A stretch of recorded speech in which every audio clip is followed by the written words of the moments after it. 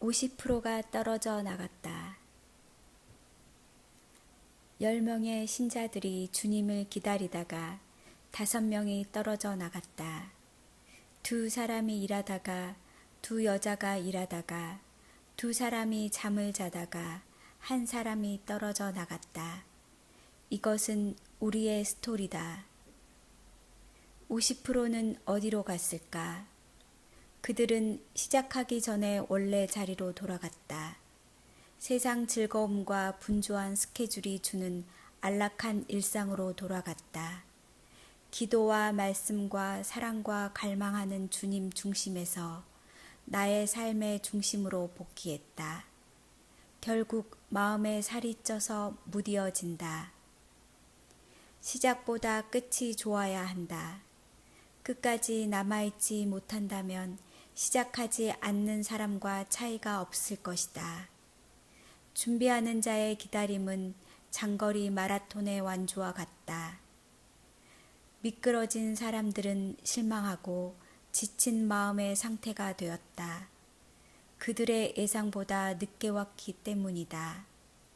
마음속에 목표를 세우고 거기까지 기다리다가 낙심했기 때문이다.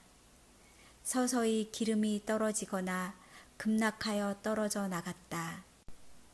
우리가 아는 바대로 교회 역사는 생각보다 길었다. 초대교회 신자들 중에 이렇게 재림이 늦어질 것이라 예상한 이는 아무도 없었을 것이다. 수십 세대가 지났다. 모든 민족에게 복음이 전파되어야 했다.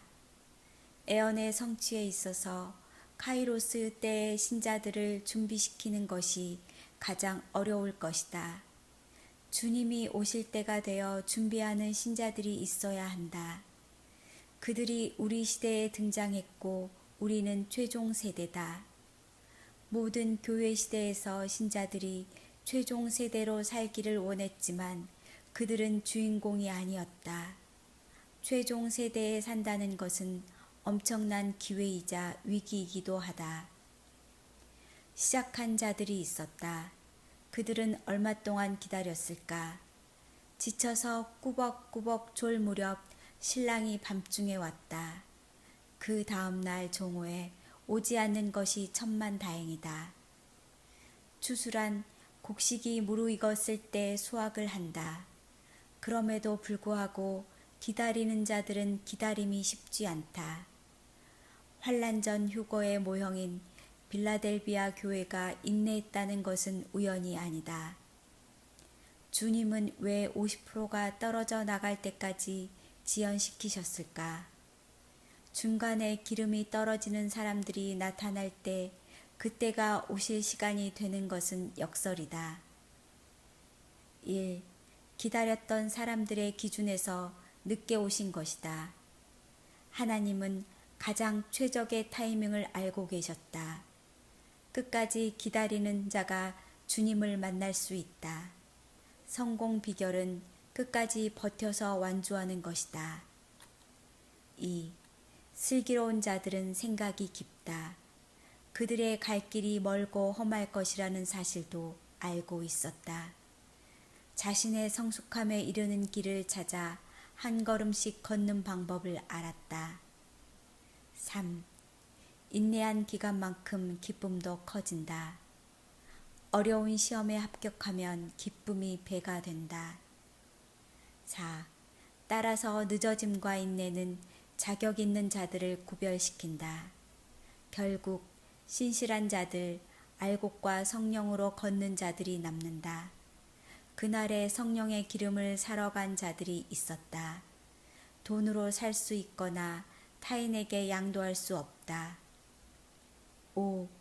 이기는 자들은 이런 상황을 견디고 이겨내어 자신의 신실함을 증명할 수 있어야 한다. 승리에 대한 보상이 클수록 시험은 더 엄격해진다. 세속적인 환경에 타협하여 안정적인 기분을 주는 요소들에 저항할 수 있어야 한다. 기다림이 길어질수록 갈망의 마음도 깊어진다. 우리 여정은 언제 끝날까? 그러나 영원이란 얼마나 긴 시간인가? 영원에는 시간이 없지만 우리의 시간을 대비하면 그날들은 곧 끝날 것이다. 시작이 있었으니 반드시 끝도 있을 것이다. 여정에서 수많은 이야기를 기억하지만 남아야 할 것은 많지 않다. 오직 주님과 함께 한 시간만 영원히 남을 것이다. 영원한 문이 열리고 그 문으로 들릴 것이다. 내 갈 길 아직도 멀리 있는가? 멀리서 손님이 손을 흔들며 오고 있는가? 연두빛 이파리들이 손을 흔들어대는 숲속에서 나무에 둘러싸여 있다. 바람에 흔들리는 것이지만 이파리들이 스스로 흔드는 것처럼 보인다. 하늘을 보아도 땅을 보아도 눈을 감아도 기다림은 사랑이고 인내이고 순결이고 끝을 꿈꾼다. 마침내 여정도 마치고 눈물도 그치고 시간도 그칠 것이다. 이 여정의 끝에서 주님을 만날 것이다. 그날이 눈앞에 있다. 아직은 좀 더 있어야 해. 그때의 기습작전이 감행될 것이다. 미끄러진 자들이여, 문이 닫히기 전에 다시 돌아오십시오. 마라나타.